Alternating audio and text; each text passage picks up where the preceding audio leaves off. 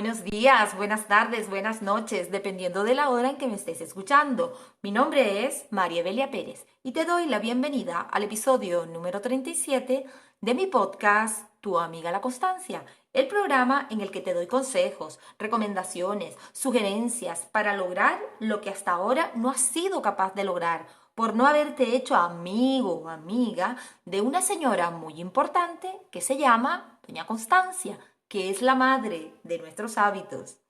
En el episodio de hoy te voy a comenzar a hablar de un libro que estoy leyendo actualmente. Se llama Superhábitos y es del autor Berto Pena. Este libro tiene muchos aspectos interesantes que seguro te ayudarán a incorporar y a mantener hábitos.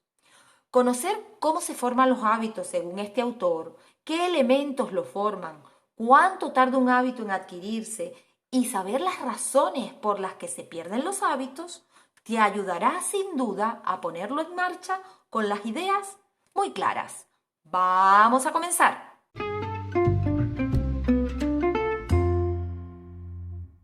Recuerda lo que hemos mencionado en otros episodios anteriores en relación con los hábitos.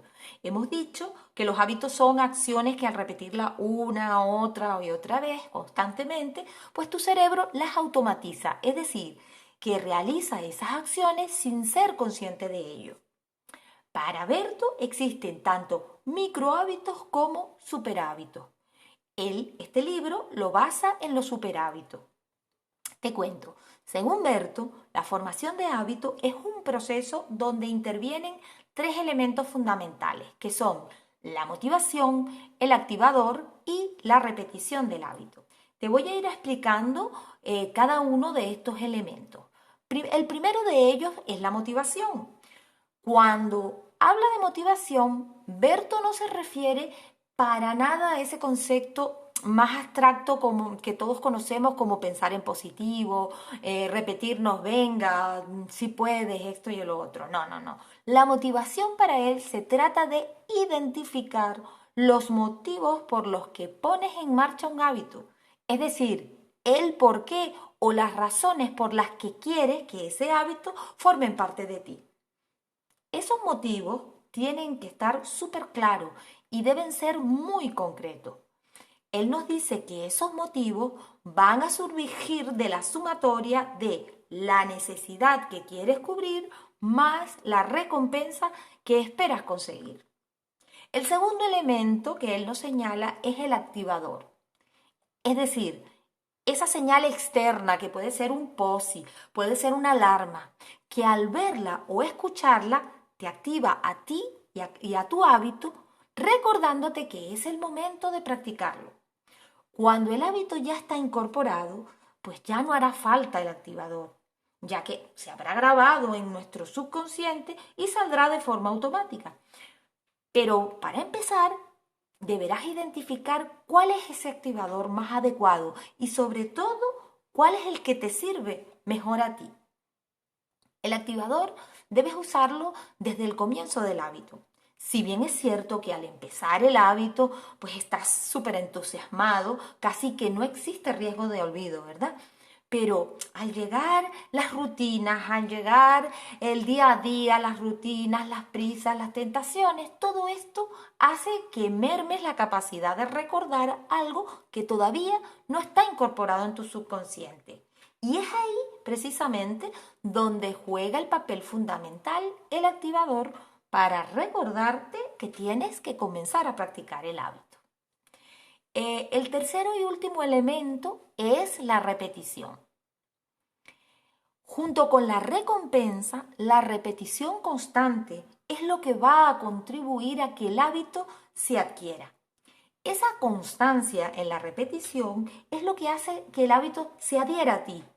Cada hábito tiene, como sabemos, una frecuencia, es decir, lo podremos hacer o diariamente o varias veces al día o semanalmente, dependerá por supuesto de la propia actividad. Él nos dice que la repetición constante cuando toca hace las veces como de un cemento que va solidificando el hábito y a la vez va amplificando sus beneficios. Ahora viene la pregunta que nos hacemos siempre. ¿Cuánto hay que repetir un hábito para adquirirlo? Pues si consultamos rápidamente en internet, nos saldrá lo de los 21 días para consolidar el hábito. Pero eso no es cierto, según nos indica Berto. En el libro él nos explica que ese planteamiento de los 21 días corresponde a un cirujano plástico llamado Maxwell Maltz, que se refirió a los 21 días como periodo de tiempo que necesitaban sus pacientes para asumir los cambios físicos que él había realizado en el cuerpo de su paciente. Entonces, el tiempo necesario para que se adquiera un hábito dependerá, según Berto, de 4 factores. El primero de ellos es el tipo de hábito y su dificultad. No es lo mismo incorporar un micro hábito que incorporar un hábito que requiera un gran esfuerzo. El otro factor es la familiaridad del hábito. No es lo mismo partir de cero que haberlo practicado con anterioridad. El otro factor es la implicación y los motivos. No es lo mismo iniciar un hábito simplemente por curiosidad, porque viste un vídeo en internet y te llamó la atención y dices, ay, me voy a poner en práctica esto, que por necesidad. Es decir, por ejemplo, una necesidad de salud. De repente te conviertes en diabético y pues por esa necesidad de salud es necesario que adquieras un hábito en relación a tu alimentación, por ejemplo. Y el otro factor es la resistencia de los obstáculos. Si el nuevo hábito es contrario a otro que ya tengo, pues está claro que tardaré mucho más tiempo o será más difícil incorporar. En definitiva, cada persona es distinta y cada hábito también. Por lo tanto, no hay una regla fija en relación con el tiempo. Berto también nos hace reflexionar de por qué de repente se rompe un hábito que ya llevábamos realizando. Al respecto, nos dice que los hábitos se pierden por razones o causas que a veces se nos escapan.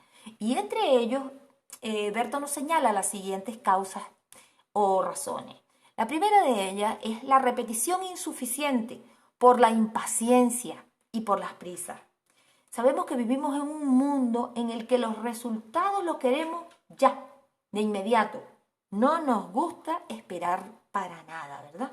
Y eso, por supuesto, indica entonces que lo quieres ya y que no repites lo suficiente. Sabemos que para asentar un hábito tenemos que repetirlo muchas veces, por lo tanto debemos ser muy pacientes. La segunda razón es la puesta en marcha de muchos hábitos a la vez. Al iniciar un cambio personal debemos ser prudentes en cuanto a la cantidad de hábitos a incorporar. Si decides poner en marcha 3 hábitos a la vez, tienes que tener en cuenta que tu tiempo y tu atención la vas a tener que diluir. Por lo tanto, lo mejor es centrarse en uno solo primero. Una vez que ese esté adherido, pues entonces pasamos al siguiente. Otra de las razones es la acentuada dependencia de un mal hábito anterior. Hay algunos hábitos negativos que además de quitarte muchísimo tiempo, están ya muy consolidados a base precisamente de la dopamina, la cual produce esa satisfacción que hace que lo tienes que hacer sí o sí. Por ejemplo, el tema de consultar las notificaciones de Instagram, ¿verdad? Pues es un hábito que está muy arraigado. Esto hace que pases, por lo tanto, muchas horas realizándolo. Al intentar incorporar un nuevo hábito que te va a llevar a otra dirección, sientes entonces que no puedes avanzar, ya que este mal hábito absorbe muchísimo tiempo. Por lo que habrá entonces que primero desinstalar este primer hábito para después poder empezar a trabajar con el que quieres. La otra razón es la falta de un plan claro y empezar, por lo tanto, un hábito así a lo loco.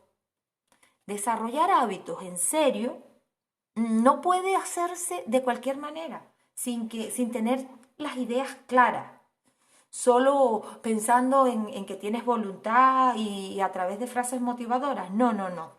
La mayoría de los hábitos deben empezar teniendo tú como un sistema muy claro Tienes que tener claro el cómo quieres hacer el hábito, el cuándo y el cada cuánto realizaremos el hábito. Si esto no es así, pues esto simplemente no dará resultado. Otra de las razones es la ausencia de motivación real. Es decir, los motivos no son los míos, sino los de otra persona. Si comienzas el hábito con motivos que no son los tuyos, pues pronto empezará la declinación. Al comienzo lo harás, pero pronto empezará la declinación. La irregularidad y el desinterés. Luego vendrá la inconstancia y el desencanto. Y por último, luego llegará el temido abandono y la frustración. Otra de las razones que nos plantea Berto es el descuido de otros cambios que hay detrás del nuevo hábito. Ante esto debemos reflexionar muy bien y plantearnos una pregunta, es decir, ¿qué requiere este nuevo hábito y qué impacto tendrá en mi actual rutina? Lo tenemos que tener claro, ¿vale? Y la última de las razones que nos plantea es la indefinición y la poca concreción del hábito. El no tener claro y definido el hábito es el primer paso para comenzar mal. O simplemente hasta no llegar a arrancarlo, porque al no tener claro lo que quieres, pues simplemente se queda todo en deseo y no pasas a la acción. Todas estas reflexiones que hemos realizado en este episodio te ayudarán a tener las ideas claras y saber que lo importante es que cada hábito que logras convertir en duradero te aportará beneficios para transformarte en la mejor versión de ti mismo.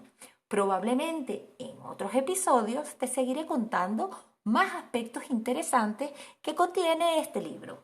Y hasta aquí el programa de hoy.